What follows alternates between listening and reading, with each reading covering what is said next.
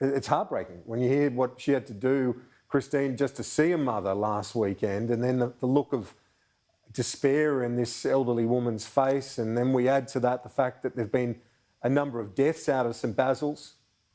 It is just shocking.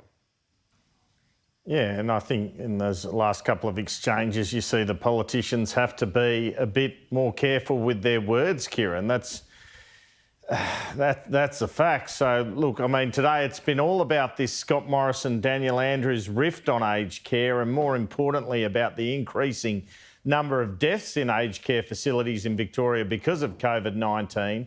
It's now clear that last Friday, and even earlier according to him, the Chief Medical Officer, Brendan Murphy of the Commonwealth, told the Victorian Government they needed to shut down elective surgery and open up private hospitals to aged care home patients. Brendan Murphy made that request firmly and formally on Sunday. The PM followed up with text message exchanges to Daniel Andrews, the Victorian Premier, Monday morning, and then there was an announcement via the Victorians this was finally happening on Tuesday. But this comes on top of a long list of recent disputes between the federal and Victorian governments concerning the timing of lockdowns, the provision of the army, the inadequacy of testing and contact tracing, etc.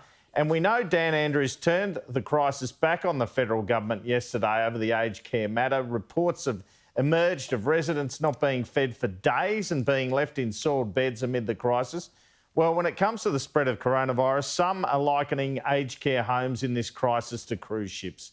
The Commonwealth position appears to be, yes, we have problems in aged care, but it is because the Victorians let this outbreak get out of control from the hotel quarantine stuff up and the inadequacies in testing and contact tracing. As one federal source said to me, Kieran, the reason they, as in the Victorians, have sent home all staff at aged care facilities is because their contact tracing is so slow, so they can't work out who is a close contact, so they take a blunt approach and get rid of everyone. That hasn't happened in any other facility, including Newmarch. Well, according to the PM, you get a coronavirus outbreak, you've got to expect this sort of thing in aged care.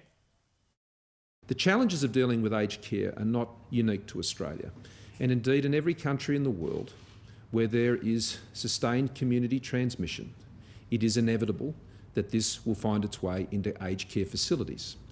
When it rains, everyone gets wet, and that is what we're seeing with broad-based community transmission in Victoria. Unless you have plenty of umbrellas, Kieran. So the PM left it to the Chief Health Officer, Brendan Murphy, to reveal there have been screw-ups. There is no doubt that there were a very challenging situation, and there were clearly deficiencies in care. Once those deficiencies in care became widely known to us last weekend, we immediately moved to decant residents from that facility. 64 have now been moved to hospital settings. There are 32 remaining. There is new management on site, and all the reports are that this facility is now well managed and care is good. Good to see an admission things could have happened better. And a change in language from the PM about the Victorian situation. It is not we are all Melburnians anymore, but about the Victorian wave. It is clear that the Victorian wave that Australia is now experiencing, and that's how I have to honestly describe it. I mean, there is not a second wave that is going across the rest of the country. That is not occurring. There is a significant Victorian wave, but that Victorian wave is impacting the national economy more broadly. We're seeing that in the payroll data. That is one of the most timely data sets we see on employment. It is affecting other states. We're also seeing that on things like table bookings at restaurants and in states that aren't affected by COVID in the same way that Victoria has. So that's what I mean when I say Australia wins when Victoria wins. No big announcement, as you might have expected today, from Scott Morrison on extra funding for aged care, but he promised more money in the federal budget, so an even bigger deficit coming. We already kind of know that. Sounds like paid pandemic leave coming as well. An issue when it comes to casual workers in places like aged care homes feeling they have to keep going to work. So after both the press conferences of Scott Morrison and the Victorian Premier Daniel Andrews today, they say they have no problem with each other, but you make up your own mind. So I welcome the decision of the Premier yesterday to make those decisions.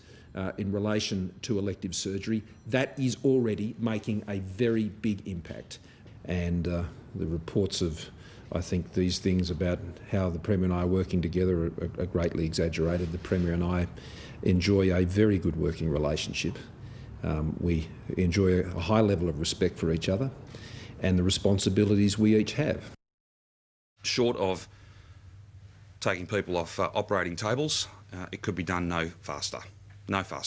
And proof of that, and the fact that it's had no impact on the amazing work that our staff have done, both public and private hospital staff, are the numbers of transports I've just read out to you. There's a reason why the number of Victorians in hospital has grown, because we are moving people into hospitals.